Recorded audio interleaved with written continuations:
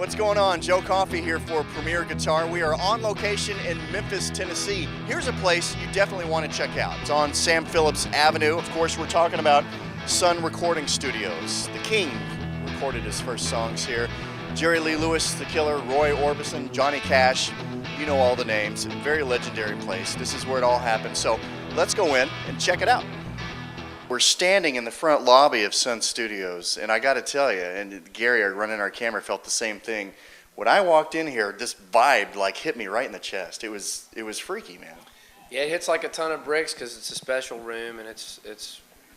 I can rattle off all the songs done here, but it's hard to touch it for historical, musical significance.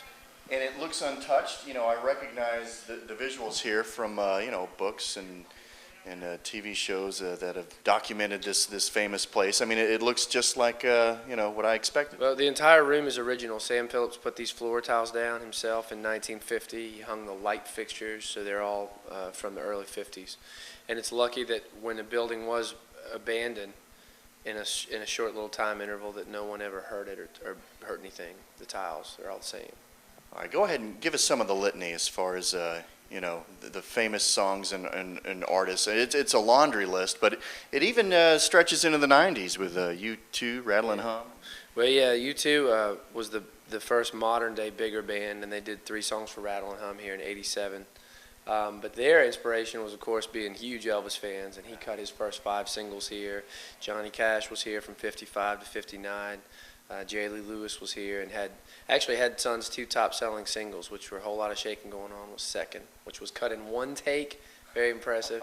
And then Great Balls of Fire was the top seller of all time. Carl Perkins did Blue Suede Shoes here, my God. I mean, it just goes on. It's insane. Howlin' Wolf recorded Howlin' here Wolf. too, right? When Howlin' Wolf was here, it wasn't Sun yet. It was called the Memphis Recording Service. When Sam bought the storefront in 1950, it was $75 a month, a 10-year lease. And it didn't become Sun Records until early '52. So at the Howlin' Wolf and B.B. King time, other labels were paying him to record their artists, speculation, spec deals.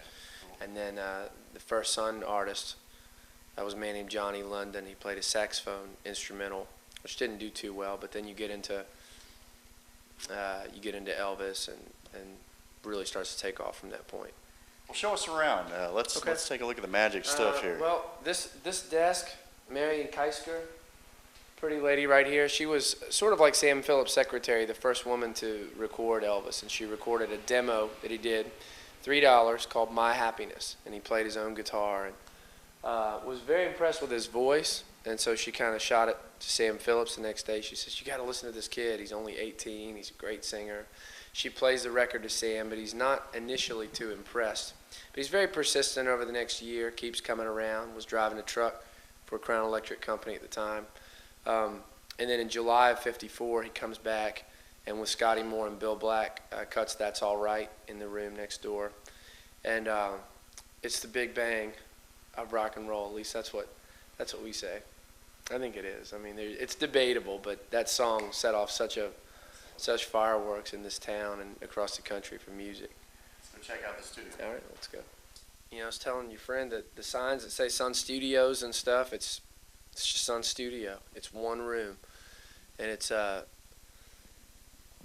just amazing. And I think a lot of people feel it. We get criers on the tour, which we're telling stories, and music's so important to people. Some of them, some guys, even men, start to weep sometimes. Yeah.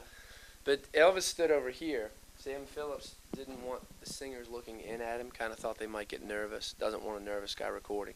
So he liked to put the singer here facing the band. In Elvis' case, Scotty Moore played guitar about there, Bill Black, upright bass over here. And he didn't really use drummers too much at Sun, much more once he got to RCA because he was only signed here for about a year and a half.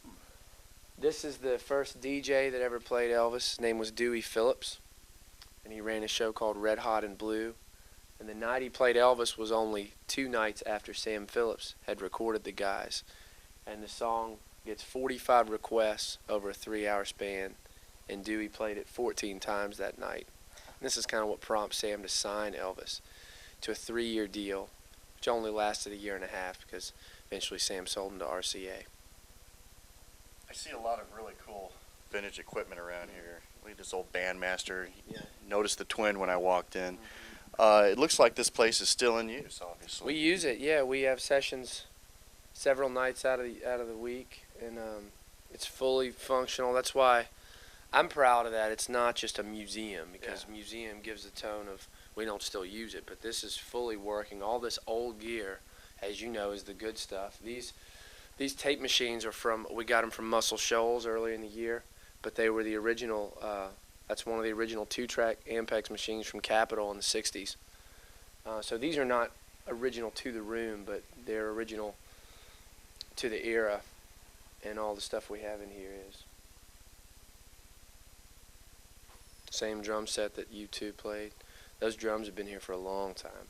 You know, since sound travels in waves, it's not good to have 90-degree angles on the ceiling. You notice there's none of that on either side. The glass concave goes in on both sides. Very ahead of his time, whereas Stax, another great studio in Memphis, has hanging baffles that come down. Sam just designed the whole ceiling like that, so it's really a neat thing. It was egg crates in the early days when he first put them in, is what Marshall Grant was telling me one time, it was Johnny Cash's bass player. Sam was a smart guy, and he had all kinds of little tricks he'd use back when they were, for instance, that's a 1-track machine over there. And when he finally got to where it was 2-track in the mid-50s, Sam would run just a split-second differential off the other, which is part of the way you get that great Sun reverb, part of the Sun sound. Just real inventive with what he had. I think, you know, these guys were, a lot of the early 50 stuff is on 1 track, so got to get inventive with it. Say somebody watching this wants to record here. What's the process? How does that work? Well, we're basically closed to the public, with some exceptions. Bands can send in their demos to us, and they kind of hand pick who they like, who they think is really good, and then we would record them on the new project we're doing called the Sun Sessions, where they're filmed in here, and then they get on this kind of a TV show. Well, it's a webcast called the Sun Sessions. So it's a little harder than it used to be, but then again, the studio behind us still does that too, which was Phillips Recording Service, where Sam went after that. So there are plenty of places for Memphis, as far as studios in Memphis, where bands can come and cut their teeth or record for an hourly, fee. David, thanks a lot, Thank man. you guys Appreciate so the much. tour. Thanks. Good luck with everything. Thank you. All right, I'm Joe Coffey, and you are watching PremierGuitar.com.